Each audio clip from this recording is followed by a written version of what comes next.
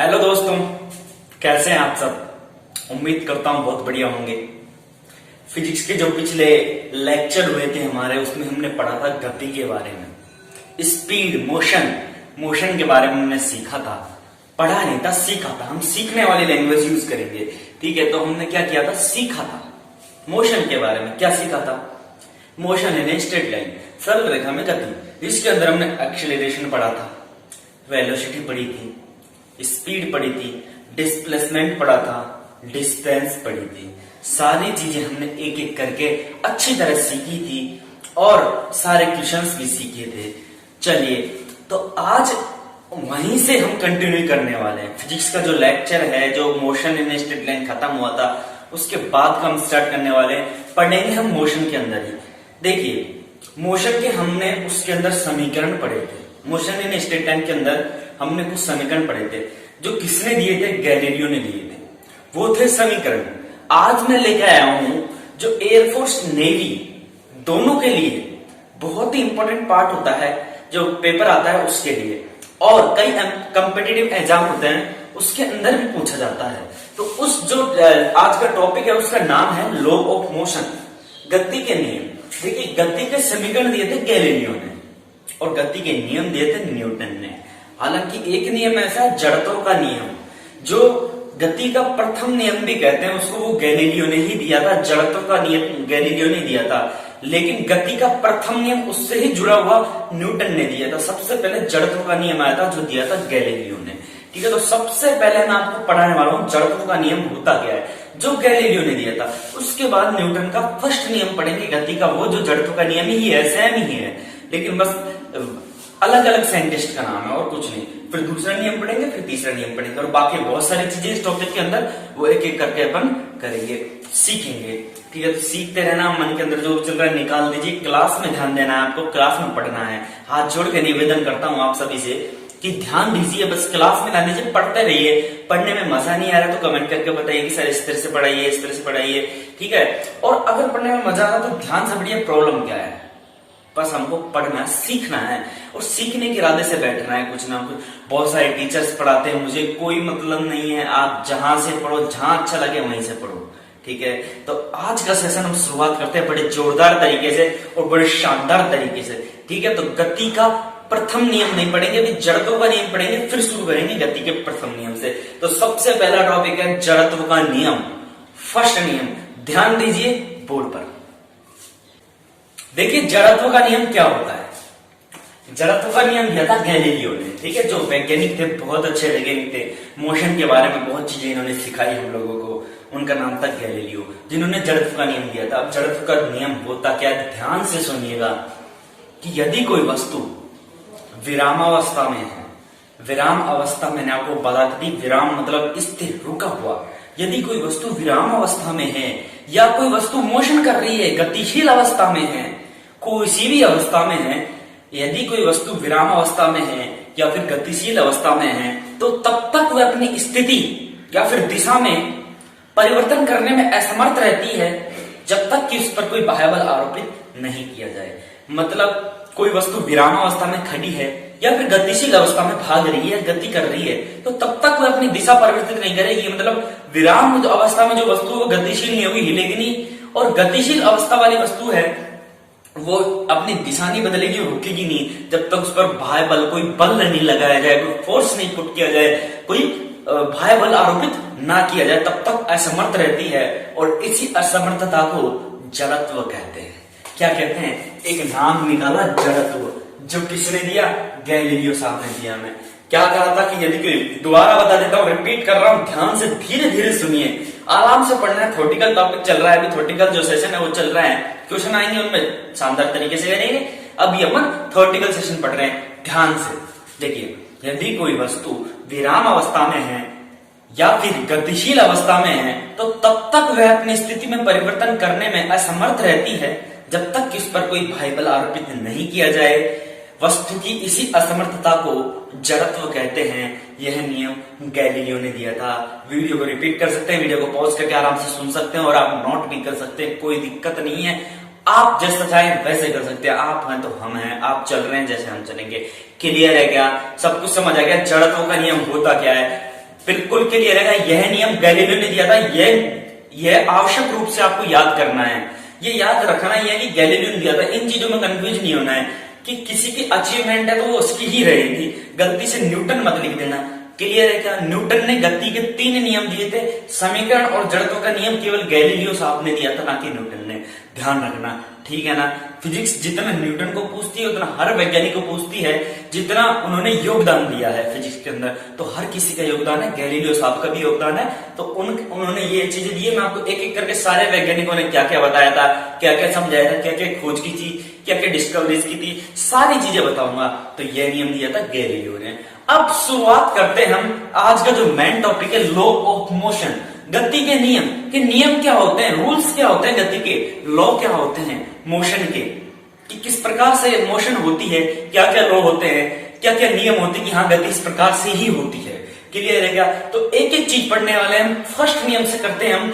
3 नियम आज पढ़ेंगे, बाकी के टॉपिक से अगले लेक्चर पढ़ेंगे। कोई जल्दबाजी नहीं है, कोई लंबा नहीं खींचने वाला हूं, आराम से थोड़ा थोड़ा करके सब कुछ पढ़ते चलेंगे। ठीक है, तो आज पढ़ रहे हैं लॉ ऑफ मोशन। तो मोशन का जो फर्स्ट नियम होता है, जो न्यूटन ने दिया था, उस नियम का नाम है जड़त्व का ही नियम। जड़त्व का नियम वैसे गैलीलियो ने दिया था, लेकिन उससे मिलता जुलता है, इसलिए उसको भी जड़त्व का नियम भी कह देते हैं। ठीक है, तो पहला नियम की परिभाषा मैं बोल के बताऊंगा। ठीक है, क्लियर है? बोर्ड पे ध्यान दीजिए। देखिए, गति का प्रथम नियम, गति का जो प्रथम नियम है वो दिया था न्यूटन ने, सर आइजक न्यूटन। सम्मान से कहिए और पूरा नाम लिखिए, सर आइजक न्यूटन। मैंने सिर्फ न्यूटन लिखा है, लेकिन अब आपको भी न्यूटन ही, लेकिन बोलते टाइम करते टाइम तो पूरा नाम याद रखना आवश्यक होता है। सर आइजक न्यूटन उनका नाम है। तो गति का प्रथम नियम दिया था सर आइजक न्यूटन ने। और प्रथम नियम क्या होता है बोल के बता रहा हूं, ध्यान से सुनिएगा, इत्मीनान से सुनिएगा, धैर्य रख के सुनिएगा और स्क्रीन पे ध्यान देके सुनिएगा। तो सुनिए, यदि कोई वस्तु विराम अवस्था में है या फिर गतिशील अवस्था में है, तो तब तक वह विराम अवस्था में रहेगी या फिर गतिशील अवस्था में रहेगी जब तक इस पर कोई बाह्य बल अर्पित नहीं किया जाए। यही गति का प्रथम नियम है, यही जड़त्व का नियम है, यही गैलीलियो ने भी दिया था। क्लियर है? देखिए, आपको शेम लगाना जड़त्व का नियम हो रही है, लेकिन जो गैलीलियो ने दिया था उसके अंदर उन्होंने जड़त्व की माप नहीं बताई थी, और न्यूटन ने दिया था, उन्होंने जड़त्व की माप बताई थी। और उन्होंने जड़त्व का नियम इसलिए दिया था क्योंकि जब उस टाइम पे कई लोग कंफ्यूज थे, मोशन थे, तो वैज्ञानिक में सवाल उठते हैं, आपस में बहस भी होती है। तो गैलीलियो साहब ने ये पुष्टि की थी जड़त्व के नियम से। और बाकी न्यूटन जो साहब थे वो गति के बारे में बहुत बड़ी रिसर्च कर रहे थे, तो उन्होंने गैलीलियो साहब की मदद लेकर गति का प्रथम नियम दिया और समझाया कि यदि कोई वस्तु विराम अवस्था में है या गतिशील अवस्था में है, तो तब तक वह अपनी स्थिति नहीं बदलती है जब तक कि इस पर कोई बाह्य बल अर्पित ना किया जाए। बाह्य बल की बात आई, बल भी इसके अंदर पढ़ेंगे हम इस टॉपिक के अंदर। ठीक है, क्लियर है क्या? अब देखिए, इसे जड़त्व का नियम भी कहते हैं। इसका फर्स्ट पॉइंट हो गया, इसे जड़त्व का नियम भी कहते हैं। ये याद रखना है आपको, इसे भी कह देते हैं गति का प्रथम नियम।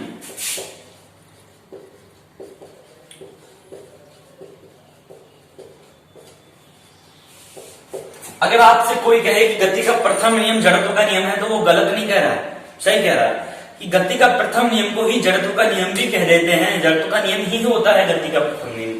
क्लियर है क्या? और जड़त्व क्या है? जो वस्तु है उसका जो द्रव्यमान होता है वही वस्तु का जड़त्व है, वही वस्तु का जड़त्व है। बार बार बोल रहा हूं, वस्तु का जो द्रव्यमान है वही वस्तु का जड़त्व है। क्लियर है क्या? तो जड़त्व का जो मेन नियम है गैलीलियो ने दिया था, जबकि जड़त्व के नियम को गति का प्रथम नियम भी कहते हैं, जो न्यूटन ने दिया था। तो कुछ चीजें कंफ्यूज करने वाली भी होती है, अपवाद वाली भी होती है, लेकिन उनको समझने की देर समझिए, आप दिमाग को जोड़ डालिए कि गैलीलियो भी अपनी जगह के वैज्ञानिक थे और न्यूटन भी अपनी जगह के वैज्ञानिक है। क्लियर है? तो आपस में चीजें शेयर हो जाती थी। ओके, तो अब बात करेंगे गति के द्वितीय नियम की। बल की जो परिभाषा है मैं बाद में पढ़ूंगा, क्योंकि बीच बीच में अपन नहीं लाएंगे टॉपिकों को। जो चल रहा है वो चलने दीजिए, बाद में जो बच जाएंगे इस टॉपिक के एक एक क्लियर करके एक मैं आसानी से समझाऊंगा। क्लियर है क्या? तो चलिए दूसरा नियम पढ़ते हैं, गति का दूसरा नियम। ओके, सब कुछ क्लियर होना चाहिए, समझ में आ गया ना? चलिए बोर्ड पे ध्यान दीजिए, गति का द्वितीय नियम। गति का द्वितीय नियम न्यूटन ने ही दिया था, तीनों नियम न्यूटन ने दिए थे। गति का द्वितीय नियम हमसे क्या कहता है? ध्यान से सुनिएगा, और इससे ही बल का जो मेन फॉर्मूला है जो हम यूज करेंगे न्यूमेरिकल में, वो इसी जो नियम है इसके ऊपर डिपेंडेड है। इसी नियम से उभर के आएगा सामने। तो किस तरह से आएगा देखिए, ध्यान से सुनिएगा कि किसी वस्तु में संवेग में परिवर्तन की दर, किसी वस्तु के लिख लीजिए, किसी वस्तु के संवेग में परिवर्तन की दर आरोपित बल के समानुपाती होती है। ये हो गया गति का द्वितीय नियम। देखिए, किसी वस्तु के संवेग में परिवर्तन की दर, किसी वस्तु के संवेग में परिवर्तन की दर, संवेग क्या होता है वो भी हम पढ़ने वाले, मोमेंटम बोलते हैं इंग्लिश में, तो इस वजह से एम मास, ठीक है, समानुपाती होती है आरोपित बल के।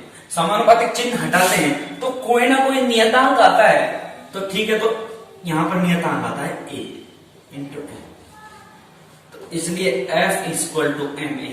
अब एम क्या है, यहां पर मास है, और ए क्या है, एक्सेलरेशन है। क्लियर है क्या? समानुपातिक नियतांक चिन्ह हटाने पर एक्सेलरेशन आता है, जबकि मोमेंटम समानुपाती होता है फोर्स के। यह अभी बल की परिभाषा। क्लियर है क्या? गति का द्वितीय नियम क्या होता है, किसी वस्तु के संवेग में परिवर्तन की दर आरोपित बल के समानुपाती होती है। मैं एक तरह से लिखवा रहा हूं, इस तरह के नियम कोई भी टीचर नहीं पढ़ाता है, ऑनलाइन में कोई भी नहीं पढ़ाता है। क्यों? क्योंकि इनकी कोई जरूरत नहीं, आप लोग पढ़ के आ चुके हैं। लेकिन फिर भी हम बेसिक से स्टार्ट कर रहे हैं, बड़े बड़े टॉपिक आने वाले, जो डेरिवेशन भी हम करने वाले हैं अच्छे अच्छे, तो ठीक है ना। तो बेसिक से स्टार्ट कर रहे हैं, अपन इतनी अच्छी अच्छी चीजें सीख रहे हैं।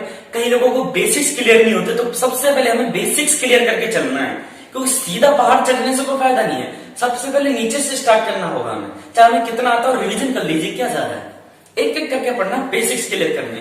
तो गति का द्वितीय नियम समझ में आ गया आपको, ठीक है, F बराबर n, ये होता है गति का द्वितीय नियम, न्यूटन साहब ने दिया था। जल्दी से बढ़ते हैं तृतीय नियम की तरफ। तो तीसरा नियम होता है जो न्यूटन ने ही दिया था। किस प्रकार से होता है, क्या होता है, बोर्ड पर ध्यान दीजिए। देखिए, गति का तृतीय नियम, गति के तृतीय नियम को हम कह देते हैं क्रिया प्रतिक्रिया का नियम। किस प्रकार से कहते हैं, एक बात बताइए कि गति का तृतीय नियम न्यूटन साहब ने दिया था। इसके अंदर क्या होता है, देखिए बताता हूं आपको।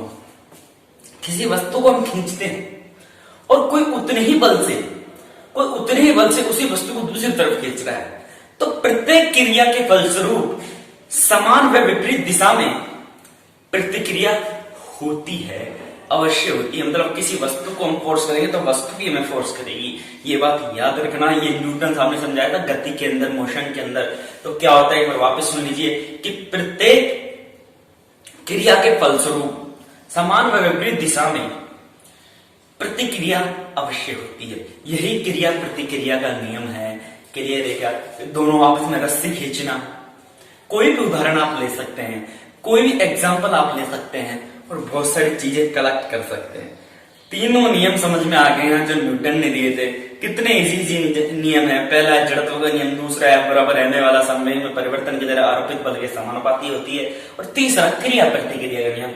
कोई नई चीजें नहीं है, 9th क्लास के टॉपिक है ये, 9th 8th क्लास की। अगर इनों में भी आप कंफ्यूज हो रहे हैं ना इन पे जो, तो आप फिजिक्स में बहुत कमजोर हैं, आप पढ़ के आए नहीं है फिजिक्स, बता रहा हूं आपको। अगर आप कंफ्यूज हो रहे हैं और नहीं हो रहे तो बहुत अच्छी बात है, आप तो सीख रहे हैं और सीख रहे हैं और अच्छी तरह सीख रहे हैं।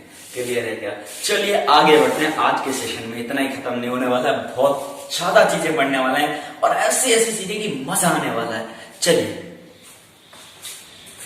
अब देखिए, गति का जो प्रथम नियम था, जो द्वितीय नियम था, उसके अंदर आई थी बल। बल नाम की कोई चीज आई थी कि आरोपित बल के समानुपाती होती है। और फर्स्ट नियम में भी जब तक उस पर बाह्य बल आरोपित ना किया जाए, तो बल दोनों चीजों में आ रहा। तो बल क्या होता है ये पता होना चाहिए। मैंने फर्स्ट लेक्चर में आपको इसकी यूनिट डायमेंशन वो चीज पढ़ाई थी, लेकिन आपको वादा किया था कि जो लेक्चर आएंगे बीच में उसके अंदर अगर कोई टॉपिक आता है इस तरह का, तो मैं पूरा डिटेल से समझाऊंगा। तो बल हम पढ़ने वाले हैं। अब लास्ट जो आज का जो टॉपिक है वो लास्ट है, बल समझा देता हूं, फिर आज का लेक्चर खत्म करते हैं। नेक्स्ट लेक्चर में जो बाकी बच रहे हैं, संवेग, आवेग और भी बहुत सारी चीजें न्यूमेरिकल टाइप के, अभी तो फॉर्मूले बहुत सारे बच रहे हैं जो हम करेंगे, पुट करेंगे और उनके अनुसार न्यूमेरिकल सॉल्व करेंगे। इतना सा टॉपिक नहीं है, ये मोशन है, ठीक है। क्लियर है क्या? चलिए आपको बताता हूं फोर्स क्या होता है।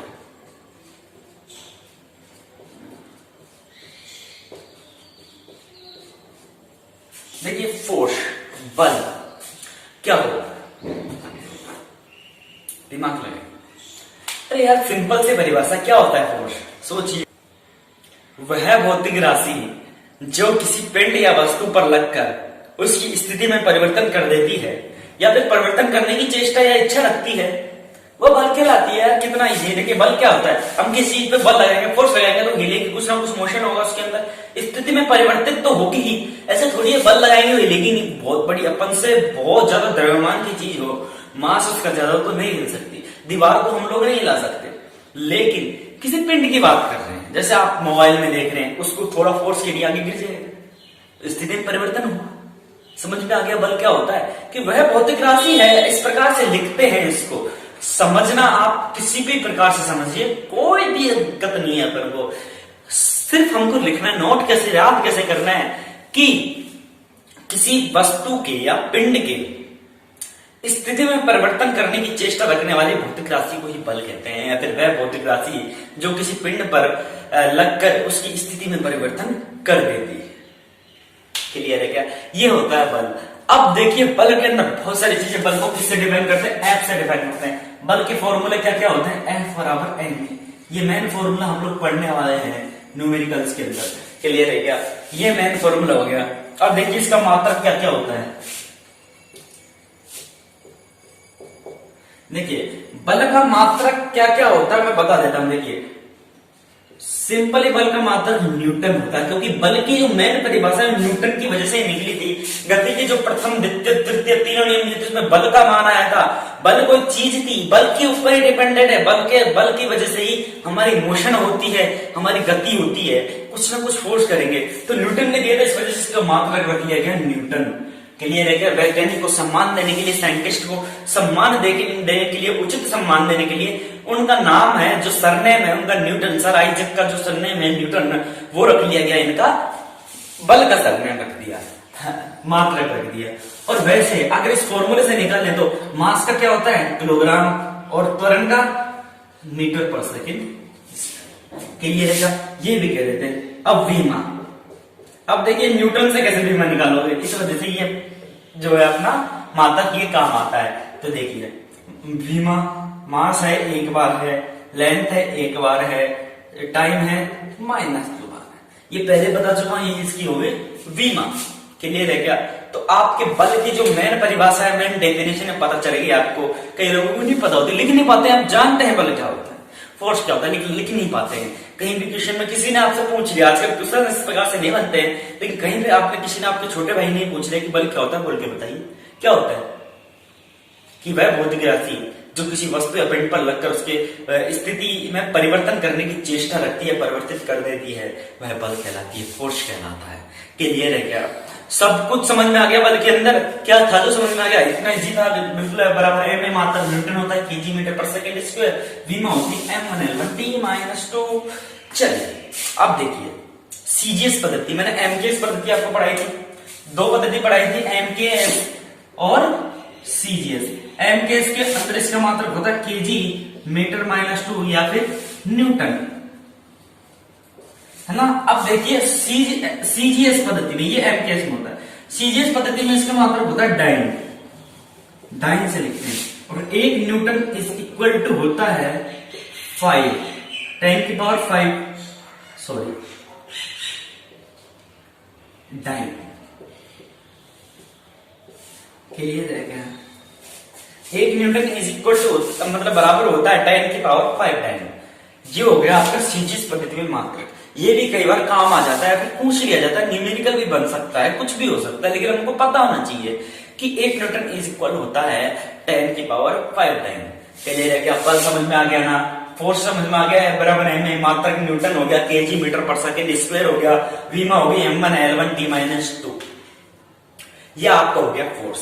आज का जो लेक्चर है वो कंप्लीट हो गया आपका। तीनों नियम हमने पढ़ लिए, अच्छी तरह से समझ लिए, बल को समझ लिया। कल हम पढ़ेंगे मोमेंटम, संवेग, आवेग और भी बहुत सारी चीजें हैं, जैसे बंदर का रस्सी पे चढ़ना, ट्रेन का चलना, किस प्रकार से न्यूमेरिकल बनते हैं, मेन जो न्यूमेरिकल इस टॉपिक के अंदर कहां से आते हैं, वो चीजें पढ़ेंगे। इसके बाद और भी मोशंस की कई टॉपिक बातें बाकी हैं। सर्कुलर मोशन भी हम पढ़ने वाले हैं, जो कई लोगों को समझ में नहीं आती है।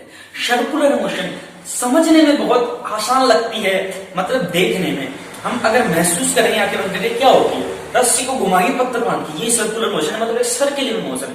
लेकिन उसके जो फॉर्मूले हैं, किस प्रकार से उन फॉर्मूले में न्यूमेरिकल पूछे जाएंगे, और न्यूमेरिकल पूछ लिया तो किस प्रकार से फॉर्मूले में वो जो आपको जो संख्याएं दी हैं जो मान दिए किस प्रकार से पुट करके उसका आंसर निकालना है, सब कुछ सिखाऊंगा। और न्यूमेरिकल किस प्रकार से सोल्व करने, सर्कुलर मोशन के और इस मोशन के, तो वो सब कुछ समझाऊंगा। एक पढ़ेंगे प्रक्षेप्य गति, कि किसी बॉल को फेंकते हैं इस प्रकार से गति करती है, प्रक्षेप्य गति। क्लियर है क्या? तो सारी चीजें पढ़ेंगे एक एक करके। गति वाला टॉपिक बहुत इंपॉर्टेंट है, चलना ही सीखा है अभी हमने फिजिक्स के अंदर, थोड़े दिन बाद उड़ना सीखेंगे, आपको बता रहा हूं मैं। बस बने रहिए मेरे साथ, देखते रहिए। मोशन इन स्ट्रेट लाइन हमने पढ़ चुके हैं, अब पढ़ रहे हैं हम लॉ ऑफ मोशन। क्लियर है क्या? और आगे आने वाले भविष्य में मस्त मस्त एक एक करके टॉपिक लेके आने वाला हूं, और ऐसे शानदार तरीके से पढ़ेंगे कि आपको देखने में मजा आएगा, पढ़ने में मजा आएगा, याद करने में मजा आएगा, और एग्जाम देने में भी मजा आएगा। चलिए।